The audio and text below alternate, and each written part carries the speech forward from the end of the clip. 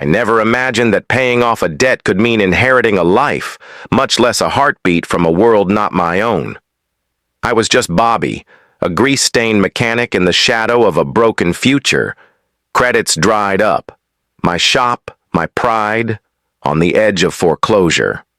So when the off-world broker walked in with a smile that smelled of secrets, I expected threats, not a gift, or maybe a curse. They unloaded her like freight, a being wrapped in chains of glowing metal, eyes veiled behind a curtain of white-silver hair. They called her Calyssa, said she was mine now, my settlement. No instructions, no explanations. But the moment her gaze met mine, fierce, ancient, and hauntingly sad, everything I knew unraveled.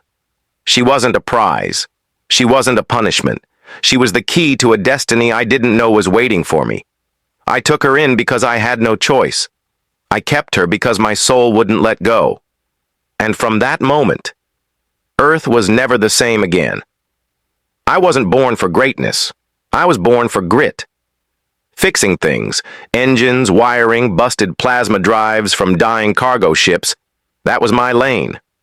I kept my head down, hands dirty, and debts stacked high. Life on Earth wasn't easy anymore. Not since the treaties with the alien trade networks went sour and humans became just another species on the intergalactic menu. I never thought I'd be part of that world. But when my last hope, the scrapyard I called home, got slapped with a final repossession notice, I found myself dragged into a backroom deal with a man who didn't sweat, didn't blink, and sure as hell wasn't human. He didn't ask for money. He offered terms. Something more valuable than coin, he said, sliding a hologram across the dusty table. It was a figure, tall, regal, feminine, wrapped in what looked like ceremonial chains. Her head bowed, her wrists bound in golden cuffs etched with star script. "Take her," he said, "and your slate is clean." I thought it was a joke. Maybe some underground trafficking thing. Maybe something worse. But the desperation in me, the kind that comes from having nothing left, said yes before my pride could scream no. They brought her the next night. Calyssa. Not a woman. Not just alien. A presence. She stood motionless, escorted by two towering guards whose faces were hidden behind armored masks. Her long silver hair hung like a curtain down her back, strands woven with fragments of glowing metal. Her eyes were downcast, until they weren't. And that's when the world shifted. She looked at me, straight into me. Not in fear, not even curiosity. It was something ancient, something that cracked open a door in my chest I didn't know existed. In that moment, I wasn't Bobby the mechanic. I was something more, and so was she. The guards left without a word. No contract, no warnings, just her. And the silence that followed stretched long into the night as she stood in my shop like a ghost made real. She didn't speak, but somehow I understood. Her presence changed the air. The lights flickered. My tools pulsed with static. She wasn't just from another planet. She was power-wearing skin. And me? I had no idea what to do. So I did what I always did. I found her a seat, gave her a blanket, turned on the heater, because even royalty wrapped in chains looked cold that night. But I couldn't shake the feeling that I hadn't accepted a deal. I had accepted a calling. They said you could feel it when your life changed. A shift, a whisper, a crack in the everyday. Mine came without thunder. No explosions. Just an unmarked hover truck rolling up to my crumbling workshop, and a knock that sounded too calm. The sky had been bruised that day, a murky shade of copper clouds rolling above like boiling metal. My hands were soaked in engine grease, sleeves torn, sweat clinging to the back of my neck. I thought it was a collector. Someone here to finally shut me down, chain the gates, and leave me drowning in unpaid notices. But it wasn't a debt collector. He didn't even introduce himself. Just walked in, dressed in long obsidian robes that shimmered faintly when the light caught them. His skin was pale, almost silver blue, and his voice when he spoke was oil over ice. "Bobby Graves?" he asked, as if the name tasted like rust. I nodded. "If this is about the shop, I already filed. Your accounts have been reconciled. In full. That froze me." "What?" "I didn't—" "In exchange," he continued, cutting me off with a flat smile. "You accept possession of a diplomatic charge. You're not being asked. You're being given." Before I could protest, the bay door creaked open behind him, and she stepped in. Or rather, they guided her in. 2 guards, tall, armored, faceless, escorted a figure swathed in layers of dark metallic fabric, her wrists bound with luminous shackles. Chains trailed from her ankles like ceremonial vines, each link carved with glowing sigils. She didn't resist. She didn't speak. But her presence punched the air out of the room. I couldn't breathe. She stood still, regal despite her restraints. Her head lifted slightly. Long strands of white-silver hair parted, revealing a face that looked sculpted from galaxies, soft angles, otherworldly beauty, but fierce eyes, violet with golden flecks, alive with something ancient. "This," the stranger announced, "is Calyssa of Zarenthia. She belongs to you now." "Belongs?" I blurted. "She's not. I didn't agree to this." "You agreed to settle your debt. This is the settlement." My brain fought to find words. The workshop, the oil-stained walls, the piles of broken tech, none of it made sense anymore. A royal, in chains, handed to me like cargo? "She's not a thing," I muttered. "I don't want this." "It's not about want," the silver-skinned man said, stepping back. "It's about fate."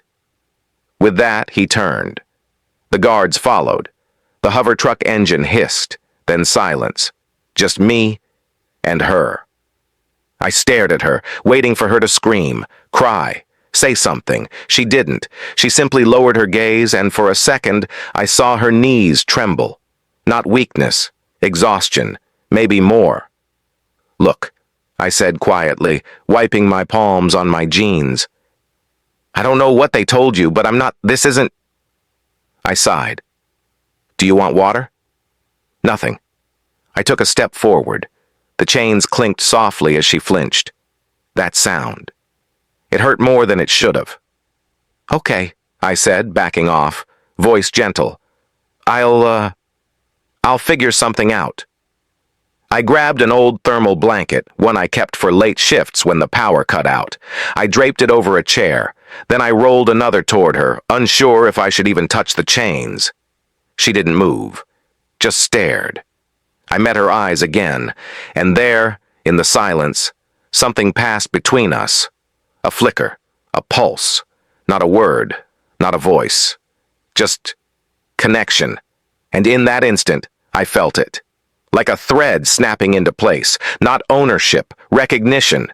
She knew me, not as a stranger, not as a captor, as something else, something that hadn't awakened until now. I backed away, heart pounding, head spinning, as she slowly sat, folding her chained legs beneath her like a queen without a throne. And I knew, without understanding how, that nothing about this was accidental. This wasn't a transaction. It was the beginning of something written long before I ever picked up a wrench or signed a loan. And I had just been chosen. Not by the stars, by her. She didn't speak the first night, didn't eat, didn't move, just sat in that chair like a fallen monument, regal, distant, untouched by everything around her. The chains coiled around her arms like vines of judgment, softly pulsing as if alive. My old workshop, once cluttered with broken machinery and the hum of forgotten tools, had never felt so quiet or so full. I couldn't sleep, not with her presence hanging in the air like thunder before a storm. I kept glancing over from my cot in the back room, half expecting her to vanish, or explode, or dissolve into stardust and leave nothing but that feeling, the one that pressed against my chest every time I looked at her. She was watching me, not openly, not directly, but I felt it, the weight of her gaze every time I turned away. She wasn't afraid of me, that much I could tell. She wasn't anything, just waiting. For what? I didn't know. Morning crept in slow light seeping through the cracked windows in golden rays, dust dancing like stars in orbit. I brought her water, set it gently on the table next to her. Her eyes flicked to the cup, a brief spark of movement, then back to the floor. Still nothing, huh? I muttered, scratching the back of my neck. No offense, but this is the weirdest IOU I've ever cashed. She didn't react, not even a blink. So I tried something different. I pulled up a stool, keeping my distance, and began working on a hover core from an old courier bike. The clink of metal, the low whir of energy tools, familiar noise, calming. After a while I talked. Not to her, just out loud. Told stories. About my mother's baking. My uncle who ran off to Mars. The time I rewired a cargo drone and accidentally turned it into a flying firework. I laughed at myself even when she didn't, especially when she didn't. By mid-afternoon, I looked up, and she was gone. I panicked, bolted up, tools clattering to the floor, heart in my throat. But then I heard it. Soft footsteps on the rooftop, just above my head. I climbed the ladder to find her standing at the edge, the chains still wrapped around her ankles, trailing behind her like broken wings. She faced the horizon. The sky stretched wide and open, clouds drifting like ancient ships. Calyssa stood motionless, her silver hair whipping in the wind, face angled toward the sun. And for the first time, I saw something new on her face. Wonder. She didn't turn when I stepped closer, just said one word, not spoken aloud, but inside my mind. A whisper I didn't hear with ears. Why? It startled me. I stumbled back, blinking. She didn't move, but her eyes found mine now, clear and questioning. I don't know, I answered honestly. I didn't ask for this, but I won't hurt you. Another pause. Another breath carried on the wind. Then she turned and walked past me, slowly descending the ladder. Back into the workshop, back into the silence. But it wasn't empty anymore. Later that night, I noticed the water cup had been emptied. Not a big deal, maybe, but in that moment, it felt like a handshake across galaxies. She was still a stranger, but she wasn't unreachable. Not anymore. The days that followed became a strange rhythm.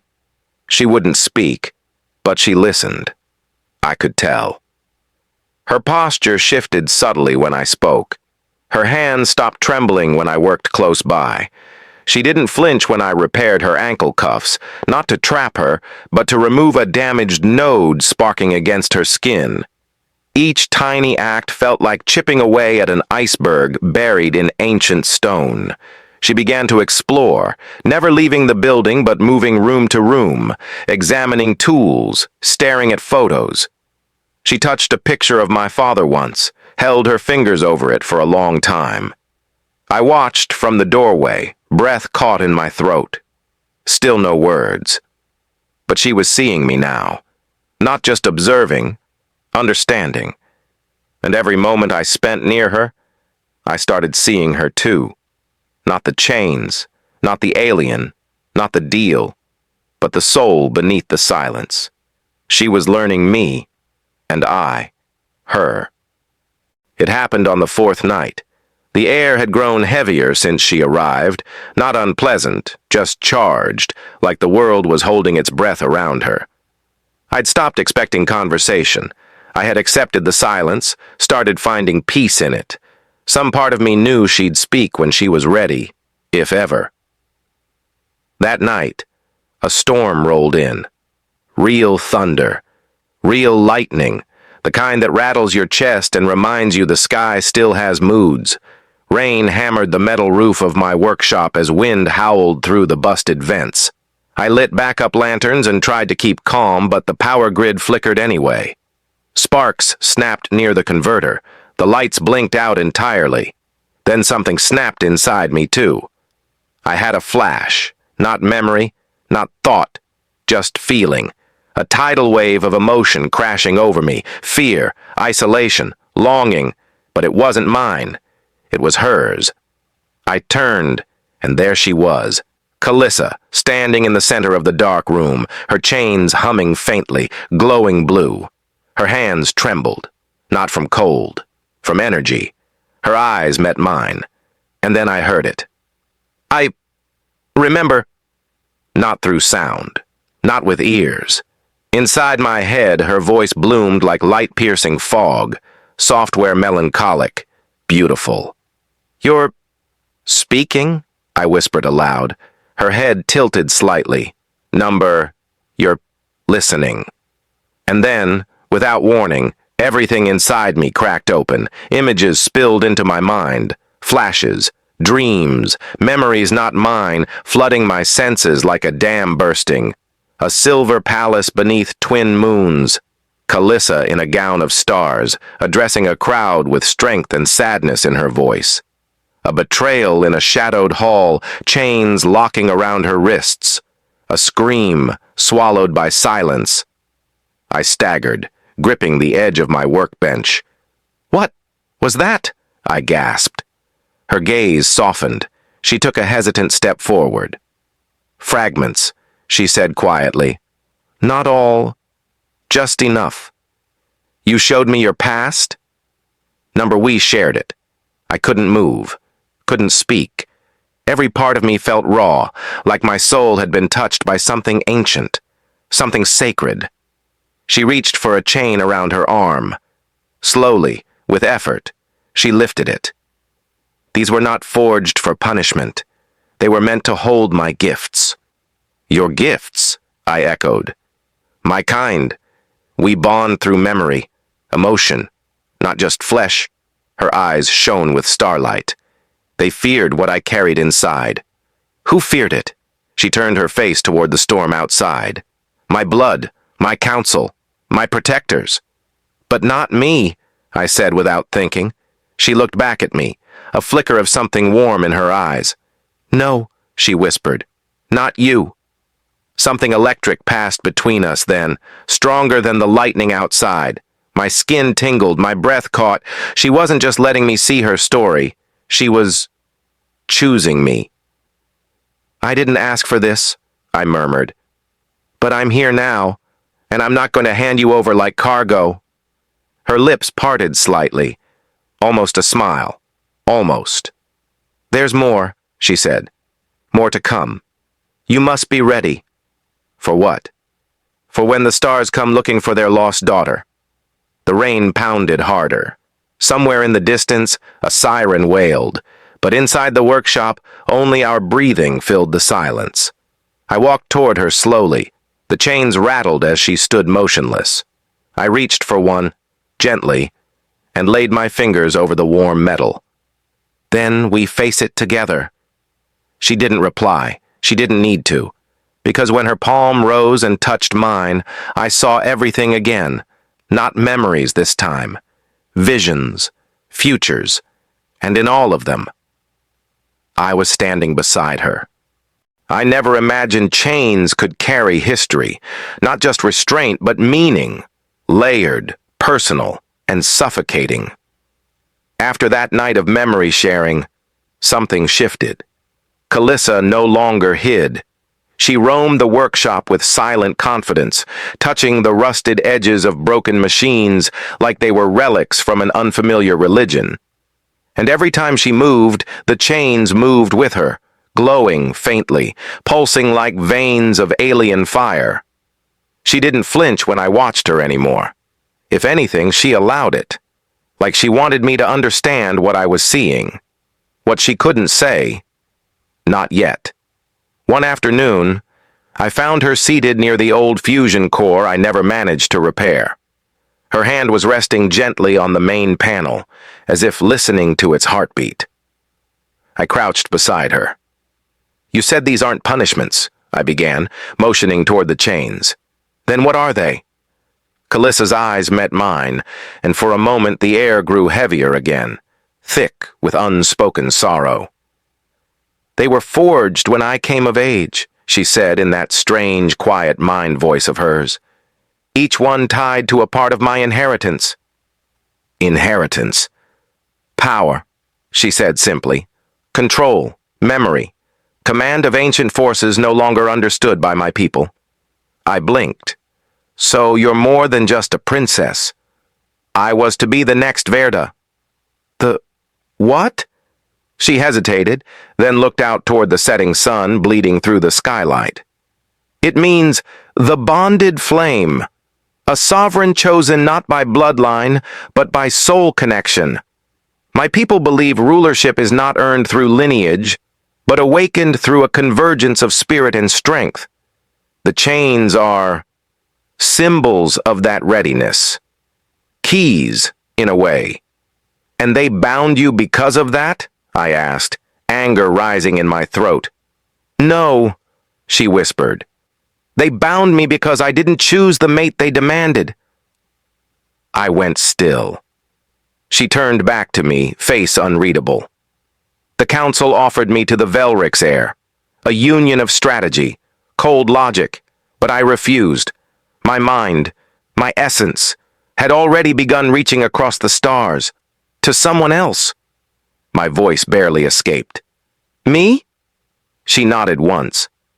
"I didn't know it then," she said, "but something inside me called out to the stars beyond our dominion. Something ancient responded. I dreamt of your sky.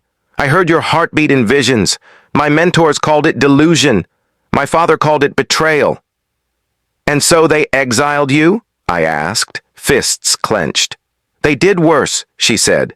"They sold me, wrapped in ceremonial chains and delivered to a debt collector known to trade in power he didn't understand. He saw a living relic, something to leverage." I felt sick. "They told me I would be a gift," she continued, "to settle numbers scrawled on glowing ledgers, but I wasn't meant to survive long, not without my attunement crystals, not without guidance." "Then how are you still here?" I asked. Her eyes gleamed. "You." I stared at her. "I've never shared memory with a human," she continued. "But your soul, it doesn't resist. It listens, accepts. It's as if you were carved from the same constellation that birthed me." My throat tightened. I didn't know what to say, how to hold the weight of being chosen by someone who could burn galaxies with a whisper. And then, she did something that shook me more than any revelation. She reached up. Her fingers gripped the chain around her neck, and she pulled it free. The lock cracked with a pulse of golden light, and the chain disintegrated into particles of energy, vanishing into the air like dust caught in sunlight. My mouth fell open. "How?" "I couldn't unlock them," she said, "until someone truly saw me." More than fear, more than pain. The chains were forged from emotion and bound to her very identity. Until I reached her, she had been invisible even to herself. "I don't know what this means for us," I whispered, "but I'm not letting them take you again." Her expression softened. "Then you've already begun your part in the prophecy." "What prophecy?" She smiled faintly. "The one where a forgotten human becomes the fire that ignites a fallen star." We thought we had more time. After Calyssa shattered her first chain, the entire world inside that little workshop changed. The silence between us had become something sacred, not empty. She didn't need to speak anymore, not always. I began to feel her thoughts, not as intrusions, but as whispers woven into the air around me. A look from her could stop my breath. A brush of her hand could send my heart into freefall. And somewhere in that quiet, I started to believe we were safe. But the universe doesn't allow miracles without sending monsters. The first sign came 2 days later. I was outside, adjusting the solar collector when I felt it. Not a sound, not a sight, a pressure. Like gravity had suddenly grown teeth. I scanned the sky. Nothing unusual. But then Calyssa's voice echoed in my head. "They found me." I dropped the wrench and ran inside. She was standing at the window, frozen, pupils dilated like eclipses. "Who?" I asked. "The Black Court," she whispered. "My father's silent hunters, bound by oath, deadlier than truth." Before I could even respond, the lights flickered, not just in my workshop, across the block. Then the entire grid went black. A low hum followed, like a hive of bees, mechanical, calculated. Hovercrafts. I pulled Calyssa back from the window and sealed the shutters. "There's no way they can just drop in without notice," I said. "This is Earth. There are protocols. They don't follow rules," she cut in. "They rewrite them." I grabbed the emergency panel and opened the hidden floor hatch I'd once used to hide contraband electronics. "Get in," I ordered. She hesitated. "You'll need me if they breach. I'll need you alive," I said firmly. She climbed in. The moment the hatch sealed, a voice echoed outside. Not a shout, not angry, calm, chillingly calm. "Bobby Graves," it called. "You possess a being of interest to the House of Zarenthia. Surrender her. You will not be harmed." I stepped out the side door and into the open. 3 figures floated inches above the gravel, cloaked, faceless, their robes absorbing light, no visible weapons. But something in the way the air bent around them told me they were far from unarmed. "She's not a prisoner here," I shouted. "She's free. You don't own her." "You mistake guardianship for dominion," one replied. "She carries sovereign blood. Her fate is not yours to sculpt." I took a step forward, heart pounding. "She has a choice, and she's made it." A hum started, low, rising. The ground beneath their feet cracked as a gravity field activated. "If she does not return willingly," the figure said, "we will retrieve what is ours." Then everything exploded. A pulse of energy roared from my roof, not from me, from her. The hatch blew open. Calyssa rose like vengeance, eyes blazing, chains around her arms shattering into motes of fire. The hunters recoiled, not in fear, but in recalculation. "She has awakened," one hissed. "You no longer hold claim," Calyssa declared, her voice like molten glass. "I broke your bindings. I choose Earth. I choose him." I felt my knees weaken. They raised their arms. Weapons unfurled, blades shaped from void matter. Calyssa didn't flinch. "Bobby, close your eyes." I did. Light erupted behind my eyelids, searing, pure, endless. When I opened them again, the hunters were gone.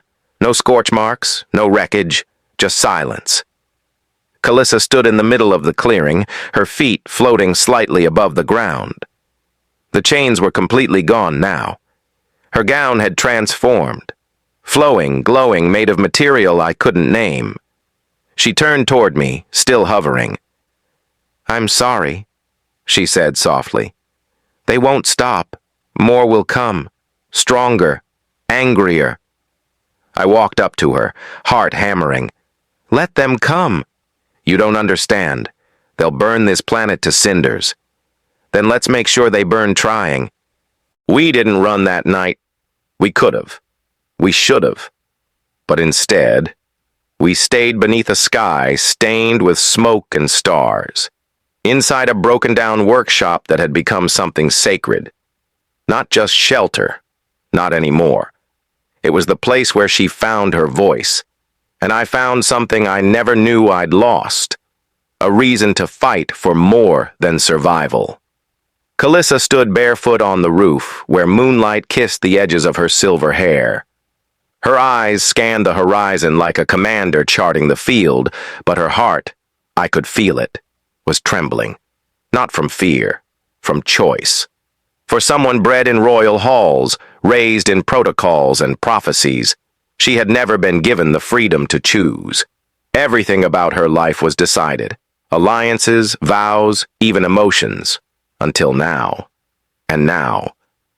She was standing in my world, asking herself if she belonged. I climbed up beside her, bringing 2 mugs of steaming synth tea.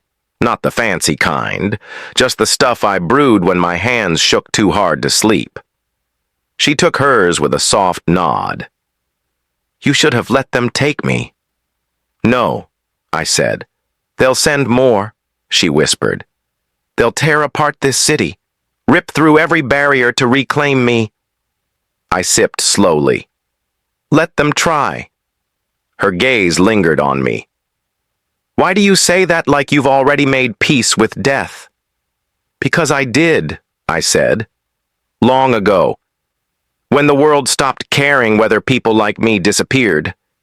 But then you showed up, wrapped in chains and sorrow, and looked at me like I wasn't invisible, like I mattered." "You always mattered," she said. "Not until you made me feel it."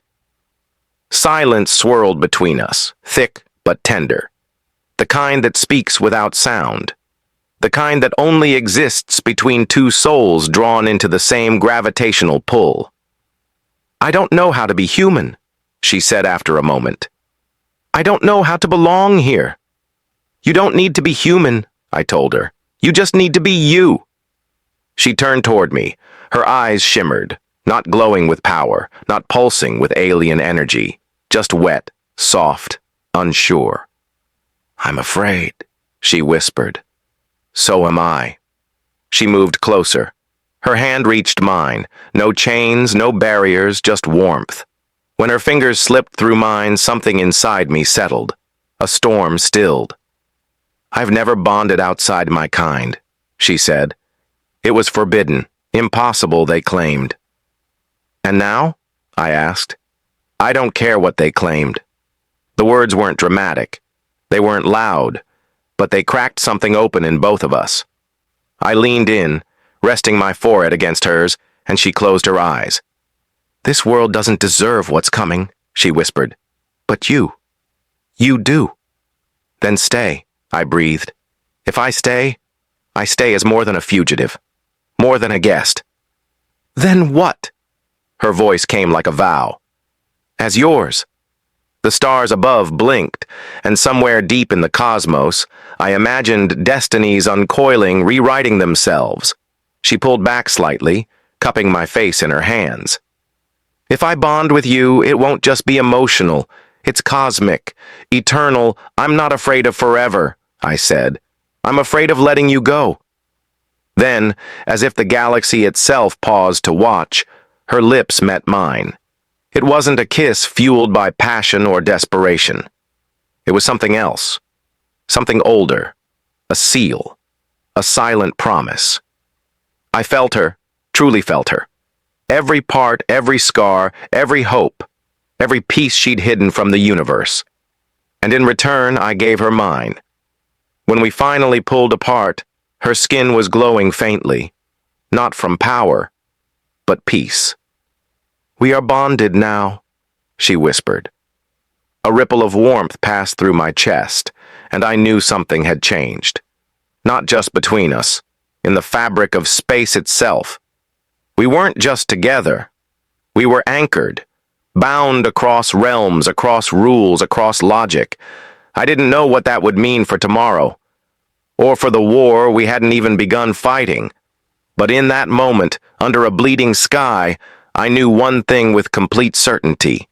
She was no longer a guest in my world, and I was no longer alone in it. Dawn arrived like a warning. The sky didn't brighten. It glowed crimson, painted in streaks of burning copper, as if the atmosphere itself anticipated war. The birds were gone. The wind was still. Even the city, usually humming with the early shuffle of machinery and noise, seemed to hold its breath. We stood at the edge of my rooftop side by side. Calyssa's presence beside me no longer felt alien. It felt inevitable. Our bond hummed beneath my skin, not like electricity, but like gravity, as if everything I was had shifted its orbit around her. "They'll arrive soon," she said softly. "How many?" "Too many." I didn't ask how she knew. I could feel it too, a weight pressing against the horizon. Ships, soldiers, predators. They were coming not just for her body, not just for her power, but to erase what we'd become, because it defied their systems, their control, their order. We were chaos, Calyssa and I, and chaos needed to be silenced. I never wanted any of this, I admitted. Not the chains, not the fight, just peace. She looked at me with eyes full of galaxies. And yet here you are, ready to defy a monarchy for a woman from the stars. For a woman who finally made this broken place feel like home, I corrected. A sound rumbled through the sky, low, mechanical, approaching. I grabbed my father's old plasma rifle. Obsolete tech by intergalactic standards, but still comfortingly heavy in my hands. Calyssa floated upward, her feet lifting an inch from the concrete. The air around her shimmered, not from defense, from presence. Her cloak billowed behind her like the remnants of a storm. The first ship broke through the clouds, a sleek obsidian arrowhead surrounded by a phalanx of dark drones. The insignia of the Zerenthian court pulsed red across its hull. "They expect you to surrender," I said. "They expect me to kneel," she replied, "and they expect you to be afraid." "Are you?" "Yes, but I've learned something from you, Bobby." "What's that?" "To be afraid, and still choose." The ship landed 2 blocks away, cracking pavement, blowing dust across the rooftops.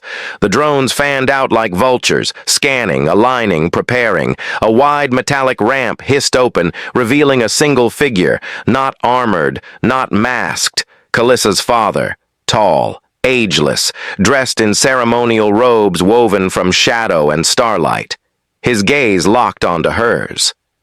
"Daughter," his voice boomed, carried by sonic amplifiers. "Return, and no harm will come to your bonded. Resist, and we will unmake him." Calyssa didn't answer. She stepped forward. The ground beneath her feet trembled.